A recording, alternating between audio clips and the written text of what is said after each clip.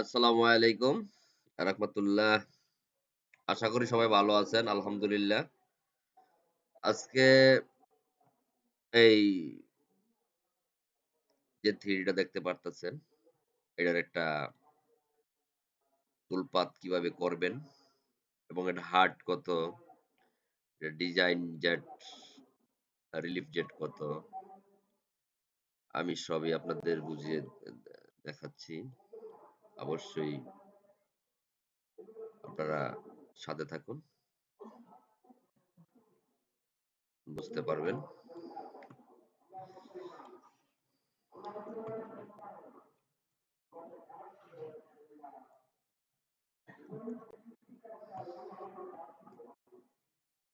এটা টুলপাথ দেখাবো কত মিলি দিয়ে কাটতে হবে এবং মেশিনের হাইট কতটুকু থাকলে এটা কাটতে পারবেন। এটা অ্যাকচুয়ালি আপনার একটা চৌখাটের ডিজাইন। এভাবে কিন্তু বোঝা যাচ্ছে না যেহেতু এটা অনেক,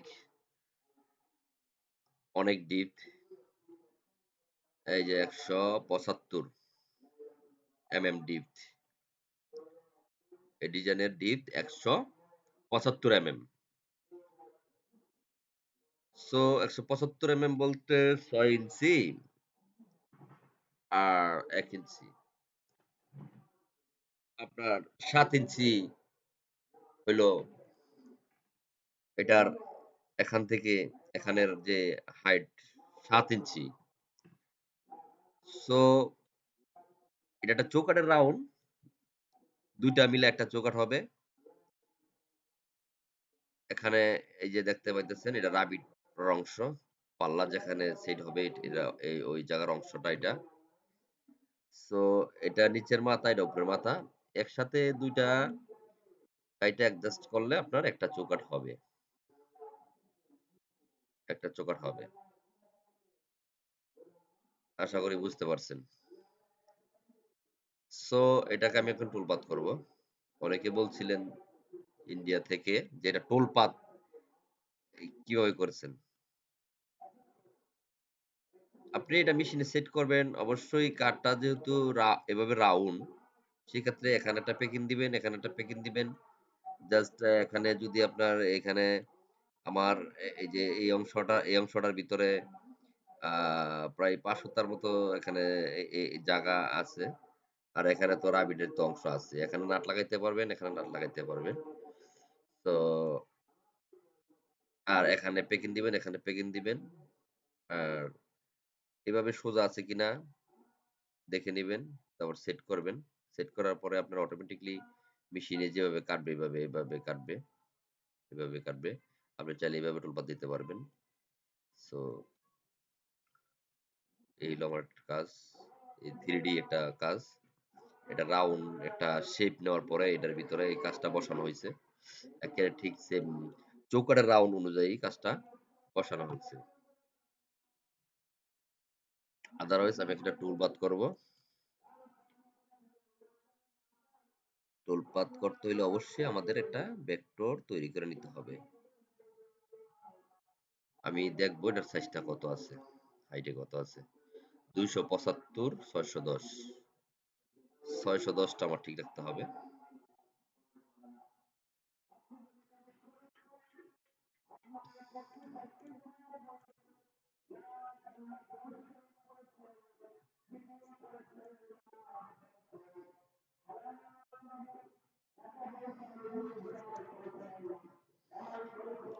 আমি টুলপাত করব এখন এটা।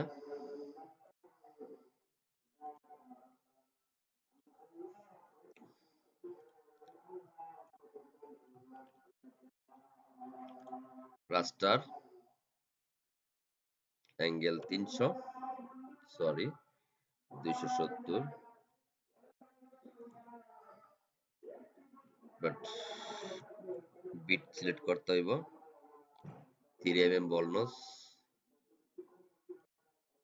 2 দিলে আরো ফিনিশিং ভালো হবে। আমি 1.5 দিলাম। আপনি 3 দিয়েও কাটতে পারবেন, 4 দিয়েও কাটতে পারবেন, আপনার ইচ্ছে। আপনি 6 দিয়েও কাটতে পারবেন। আপনি যত চিকেন বুট লাগাবেন তত ডিজাইনটা সুন্দর হবে। বাট আমি চিকেন বুট লাগাইলাম যেহেতু কাজটা অত বড় না, ছোট্ট একটা চৌকাঠের কাজ। এখানে আপনার স্টিপ ডাউন দিবেন ১৭৫ এখানে 0.18 ওকে। ম্যাটেরিয়াল সেটআপ এখানে সাদা দেখাচ্ছে। তো ১৭৫ নিচ্ছে না, ৭৬ দিলে হবে। ১ মিলি বেশি লাগবে। তো ১৮০ দিলে অসুবিধা নাই। ওকে। তাহলে নাও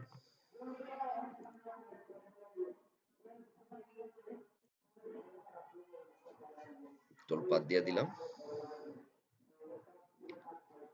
দেখতেই পারতেছেন একদম রাউন্ডে রাউন্ড শেপে কিন্তু টোলপাতটা হয়েছে। এখন আমার এটা সেট করতে হবে প্লাস এখানে এখানে অরিজিন করতে হবে। তারপর আপনি কাজটা চালাইবেন। অবশ্যই যেহেতু চৌকাঠ একটা চৌকাঠের ২ টা অংশ, সেক্ষেত্রে কিন্তু আপনি এটাকে অবশ্যই রিভার্স করে কাজ করবেন। একটা এদিকে কাটবেন আরেকটা ওদিকে কাটবেন। তাইলে কিন্তু আপনার ২ টা একসাথে মিশ মে মে যখন সেট করবেন তখন কিন্তু এটা মিলবে। এছাড়া কিন্তু এটা মিলবে না। কখনোই সম্ভব না। যদি দোনোটা একই ডিজাইনই কাটে ফেলেন তাহলে কিন্তু দেখা গেছে আ একটা উল্টা দিকে হয়ে যাবে।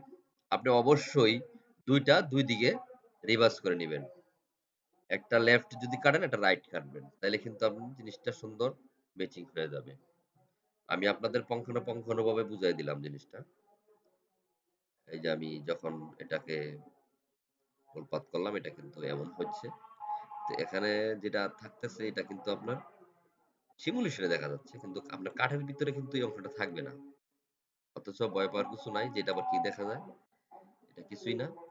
আপনি জাস্ট ডিজাইনটা আপনি চাইলে প্রথমত ১০-১০ মিলি উপর দিয়া একটু রান করে দেখলেন যে রাউন্ডটা ঠিক আছে কিনা।